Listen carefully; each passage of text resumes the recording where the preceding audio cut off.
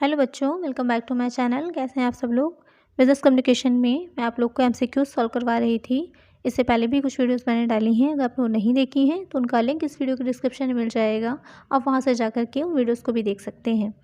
इसके अलावा business statics की, इकोनॉमिक्स है, ऑर्गेनाइजेशन है, इसकी वीडियोज़ भी एमसीक्यूज क्वेश्चन की मैंने पोस्ट की हैं। अगर आपने वो नहीं देखी हैं तो उनका लिंक भी आपको डिस्क्रिप्शन में मिल जाएगा। आप वहाँ से जाकर उन्हें भी देख सकते हैं। आज की वीडियो में कुछ और नए क्वेश्चंस हैं। आइए शुरू करते हैं।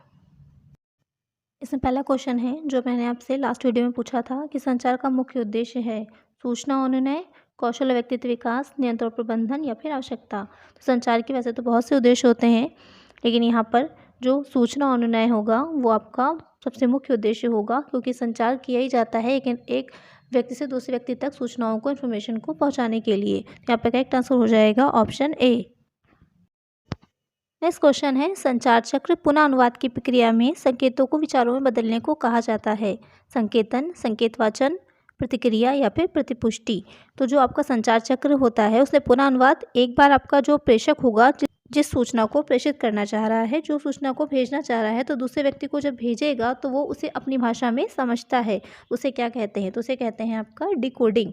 पहली बार जब किसी संदेश को लिखा जाता है या दूसरे व्यक्ति को भेजा जाता है तो उसे कहते हैं इनकोडिंग, और जब दोबारा से उसे वो व्यक्ति जो प्राप्त करता है, रिसीवर है, वो समझता है तो वो क्या कहलाती है? आपकी डिकोडिंग। करेक्ट आंसर हो जाएगा ऑप्शन बी।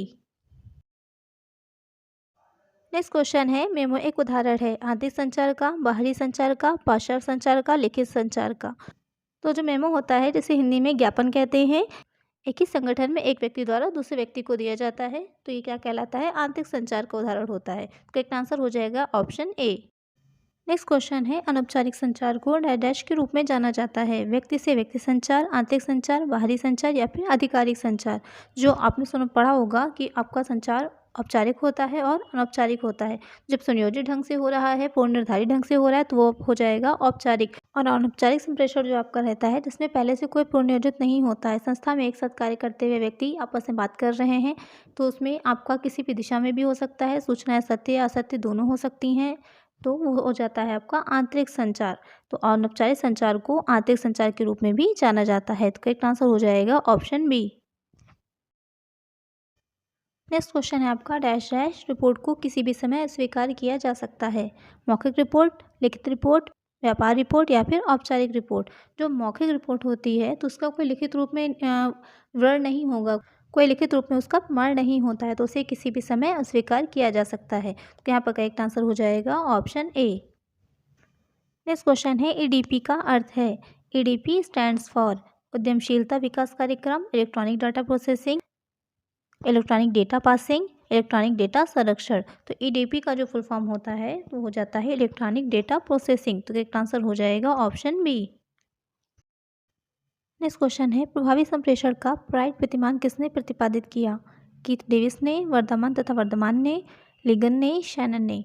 तो जो प्रभावी संप्रेषण का प्राइड प्रतिमान था, जिसमें P for purpose of communication, R for receiver role, I for input desire, D for design of communication और E for execution of communication, इसकी फुल फॉर्म थी। इसने ये प्रतिपादित किया गया था वर्धमान तथा वर्धमान के द्वारा। तो करेक्ट आंसर होगा यहाँ पर आपका ऑप्शन बी। नेक्स्ट क्वेश्चन है, संचार के लिए भौतिक बाधाएं हैं। समय और दूरी, शब्दों की व्याख्या, संकेतन, अर्थ। तो संचार के लिए जो भौतिक बाधा होती है समय और दूरी होती है। अगर सही समय पर सही संदेश सही व्यक्ति को नहीं पहुंचता है तो क्या होगा? संदेश ही निरर्थक हो जाएगा। और अगर बहुत अधिक दूरी भी हो जिससे कि जो भी हमारा संदेश है उसे हम सही ढंग से नहीं पहुंचा पा रहे हैं, तो भी संचार क्या होगा? संप्रेषण क्या होगा? निरर्थक हो जाएगा। तो जो भौतिक बाधा है वो है समय और दूरी। तो करेक्ट आंसर हो जाएगा ऑप्शन ए।